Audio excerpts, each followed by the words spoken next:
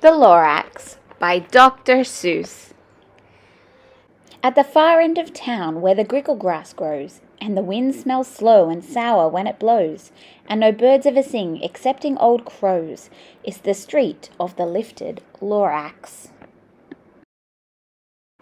And deep in the grickle grass, some people say, if you look deep enough, you can still see today where the Lorax once stood, just as long as he could before somebody lifted the Lorax away.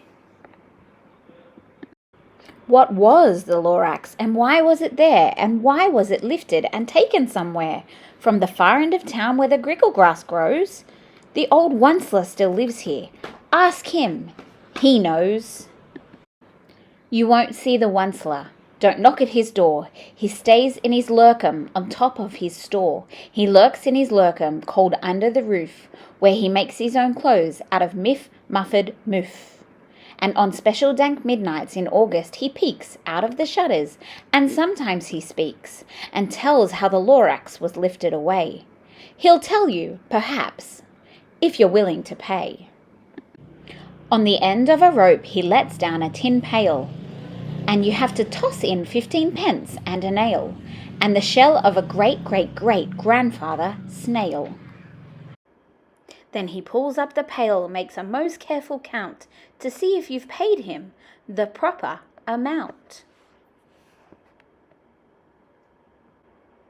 Then he hides what you've paid him away in his snub, his secret strange hole in his groveller's glove. Then he grunts, I will call you by my whisper-mophone, for the secrets I tell you are for your ears alone. Slap! Down slaps the whisper-mophone to your ear, and the old Onceler whispers are not very clear, since they have to come down through a snurgly hose, and he sounds as if he had smallish bees up his nose. Now I'll tell you, he says, with his teeth sounding grey, how the Lorax got lifted and taken away. It all started way back, such a long, long time back. Way back in the days when the grass was still green, and the pond was still wet, and the clouds were still clean, and the song of the swomy swans rang out in space. One morning I came to this glorious place, and I first saw the trees, the Truffula Trees, the bright-coloured tufts of the Truffula Trees, mile after mile in the fresh morning breeze. And under the trees I saw brown barbaloots frisking about in their barbaloot suits, as they played in the shade and ate truffula fruits. From the rippleless pond came the comfortable sound of the humming fish humming while splashing around. But those trees, those Truffula Trees, all my life I'd been searching for trees such as these. The touch of their tufts was much softer than silk, and they had the sweet smell of fresh buttery milk. I felt a great leaping of joy in my heart. I knew just what I'd do. I unloaded my cart. In no time at all, I had built a small shop. Then I chopped down a Truffula tree with one chop. And with great skillful skill, and with great speedy speed, I took the soft tuft, and I knitted a thneed. The instant I'd finished, I heard a gazump. I looked, I saw something pop out of a stump of the tree I chopped down. It was sort of a man. Describe him, that's hard, I don't know if I can. He was shortish and oldish and brownish and mossy, and he spoke with a voice that was sharpish and bossy. Mister, he said with a sawdusty sneeze, I am the Lorax. I speak for the trees. I speak for the trees have no tongues. And I'm asking you, sir, at the top of my lungs. He was very upset as he shouted and puffed. What's that thing you've made out of my truffula tuft? Look, Lorax, I said, there's no cause for alarm. I chopped just one tree. I am doing no harm. I'm being quite useful. This thing is a thneed. And a thneed are something that people all need. It's a shirt, it's a sock, it's a glove, it's a hat. But it has other uses, yes, far beyond that. You can use it for carpets, for pillows, for sheets, or curtains or covers, for bicycle seats. The Lorax said, Sir, you are crazy with greed. There is no one on earth who would buy that fool thneed.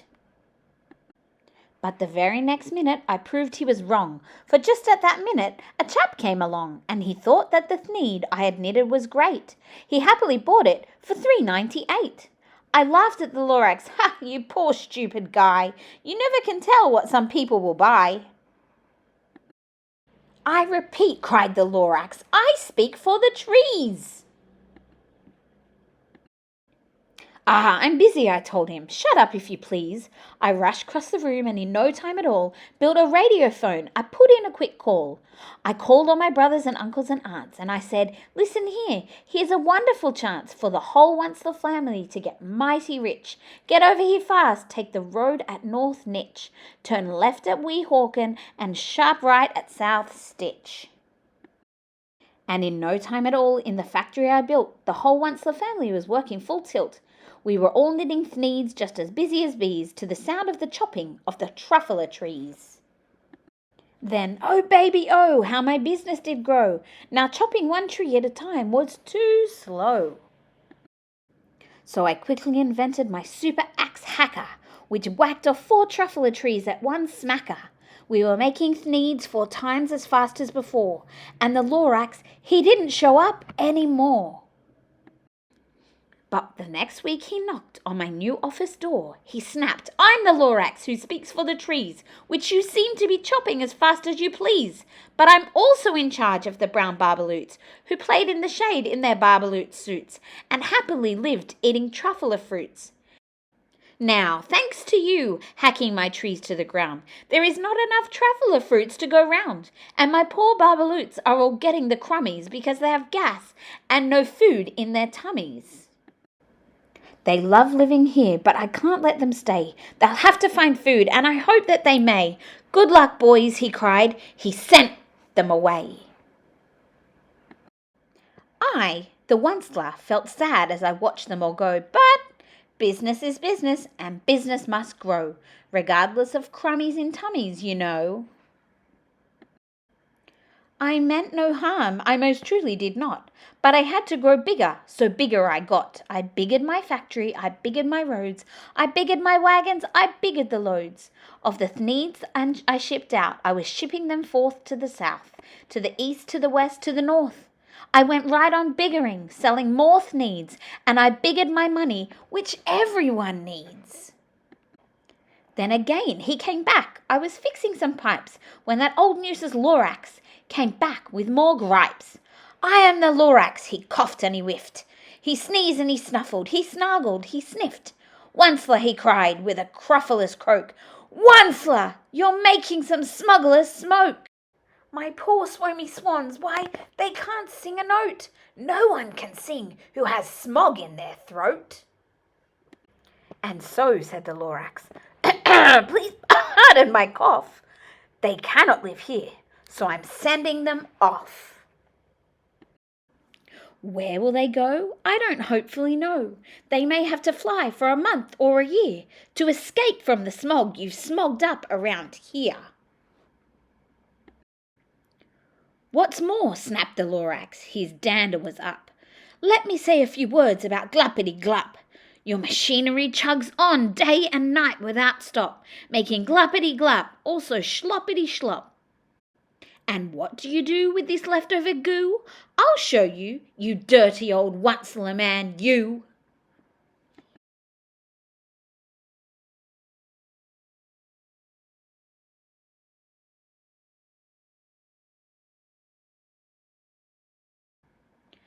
You're glumping the pond where the humming fish hummed. No more can they hum, for their gills are all gummed. So I'm sending them off. Oh, their future is dreary. They'll walk on their fins and get woefully weary in search of some water that isn't so smeary. And then I got mad. I got terribly mad. I yelled at the Lorax, now listen here, Dad. All you do is yap, yap and say bad, bad, bad, bad. Well, I have my rights, and I'm telling you I intend to go on doing just what I do. And for your information, you Lorax, I'm figuring on biggering and biggering and biggering and biggering, turning more Truffula trees into thneeds, which everyone needs. And at that very moment we heard a loud whack From outside in the fields came a sickening smack of an axe on a tree. Then we heard the tree fall, the very last truffula tree of them all.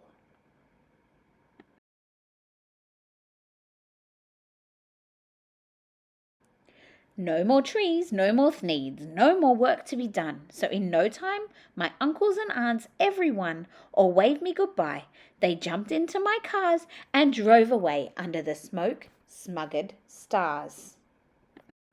Now all that was left neath the bad-smelling sky was the big empty factory, the Lorax, and I.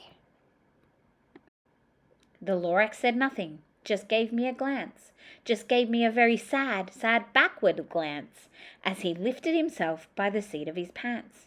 And I'll never forget the grim look on his face when he heisted himself and took leave of this place, through a hole in the smog, without leaving a trace.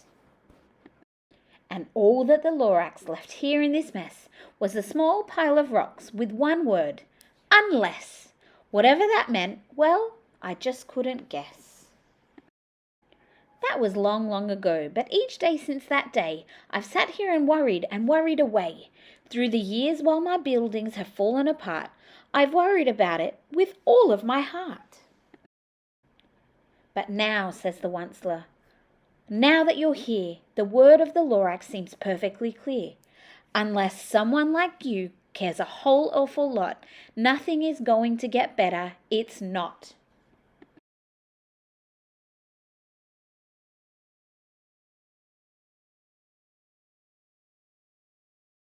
So, catch, calls the Onceler. He let something fall. It's a truffula seed. It's the last one of all. You are in charge of the last of the truffula seeds. And truffula trees are what everyone needs. Plant a new truffula, treat it with care, give it clean water and feed it fresh air. Grow a forest, protect it from axes that hack. Then the Lorax and all of his friends may come back.